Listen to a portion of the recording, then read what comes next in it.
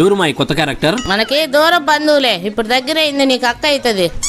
అట్టేనా పెద్దలకు మర్యాద చేసేది? మీ కాలంలో అంటే పెద్దలు కనపడగానే అని పాదాల మీద పడిపోవాలి. ఇప్పుడు కాలం మారింది, మా చెవులను చేరుకొని తీసి నవ్వినా చాలు, రెస్పెక్ట్ ఇచ్చినట్టే. బంధువులు చూడగానే బిల్డప్.